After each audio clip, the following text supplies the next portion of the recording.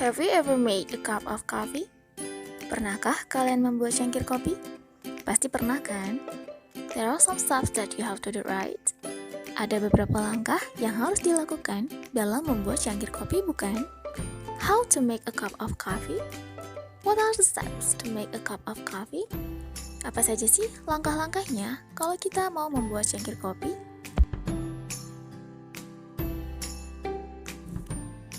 Okay, these are the steps to make a cup of coffee.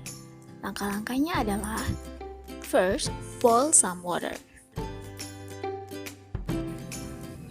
Then, put a teaspoon of coffee. After that, add a spoonful of sugar. Next, fill in the cup with boiling water. Finally, stir the mixture for a few moments and coffee is ready to drink.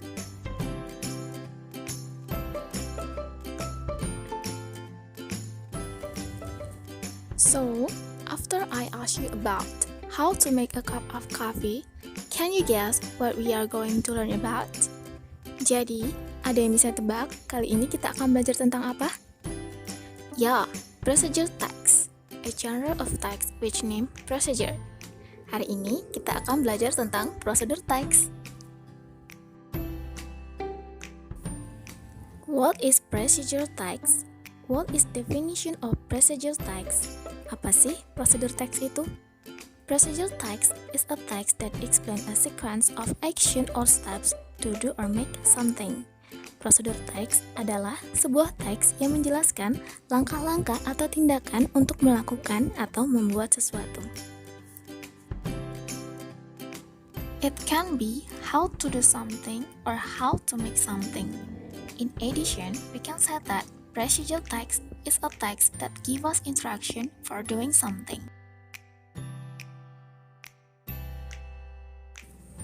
Examples, contoh, how to make a cup of coffee, cara membuat cangkir kopi. How to make chicken soup, cara membuat sup ayam. How to make instant noodle, cara membuat mie instan. How to use handphone, cara menggunakan handphone. How to use computer, cara menggunakan komputer, and many others, dan masih banyak yang lainnya.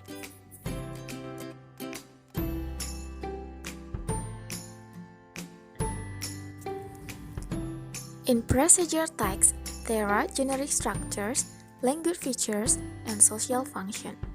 Jadi, ada 3 bagian dari prosedur teks. Yang pertama, struktur dari prosedur teks.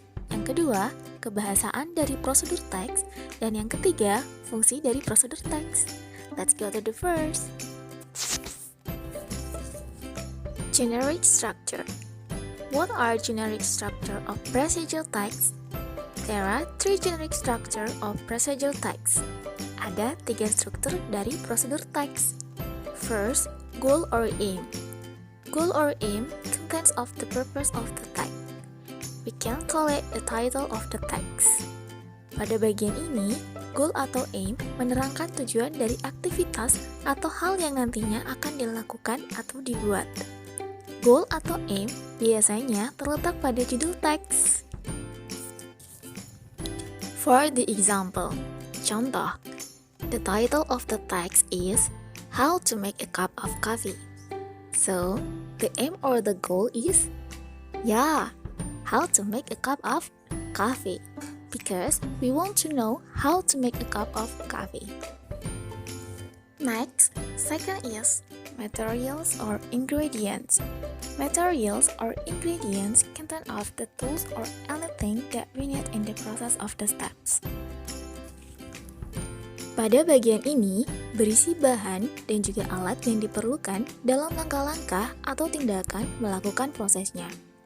For the example, contoh, the ingredients to make a cup of coffee are a spoon, a cup, some water, a teaspoon of coffee, and a spoonful of sugar. Bahan-bahan untuk membuat kopi adalah sendok, cangkir atau gelas, air, 1 sendok teh kopi, dan sesendok gula. Ingredients dipakai khusus untuk membuat makanan atau minuman, sedangkan material dipakai ketika melakukan sesuatu, seperti cara membuat aksesoris misalnya. The third is steps or method. Steps or methods contain of the ways, methods, steps, or what you should do to achieve the goal. Pada bagian ini berisi tentang cara, metode, atau langkah yang nantinya harus dilakukan.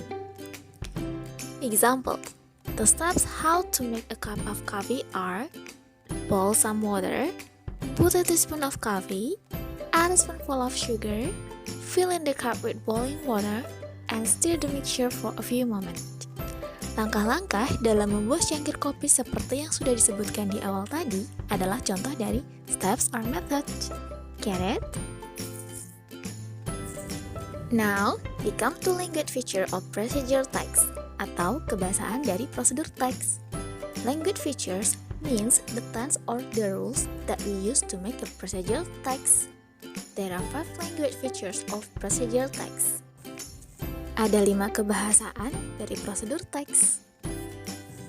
First, using simple present tense. In procedure text, we have to use simple present tense. The characteristic of procedure text is use verb 1. Next, using imperative sentence. Imperative means asking someone to do something atau kalimat perintah. Example, boil the water, add some sugar, put in a spoon of coffee, etc. Next, using connective of sequence atau kata penghubung. In procedure text contain of several steps, so we need a connective to connect each other, like then, after that, next, finally, and so on. Okay, next, using numbering. It means that angka-angka yang menunjukkan urutan kegiatan. Examples, first, second, third, fourth, and so on. Next, using action verb. It means that kata kerja yang mengandung aksi. Example, put, mix, chop, turn, etc. And then, the last is social function of procedural text atau fungsi dari prosedur teks. Social function of procedural text is to tell the reader how to do or make something. Memberitahu pembaca bagaimana melakukan atau membuat sesuatu. Or, to show how something is done through sequence of steps which enable the reader to achieve the goal. Menunjukkan bagaimana sesuatu dilakukan melalui urutan langkah yang memungkinkan pembaca untuk mencapai tujuan. Then, I'll show you the example of procedure text. Teks ini merupakan prosedur teks karena mempunyai struktur dan ciri-ciri yang sesuai dengan generic structure dan language features yang dimiliki oleh procedure text. Jadi, kalau kalian ingin membuat prosedur teks, harus sesuai dengan struktur dan kebahasaannya ya.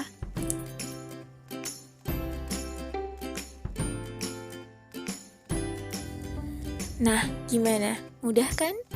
Jangan lupa dicatat dan diingat terus ya. Sekian dulu video dari Miss Priska. Semoga bermanfaat. Thank you for watching. See you in the next video. Bye-bye.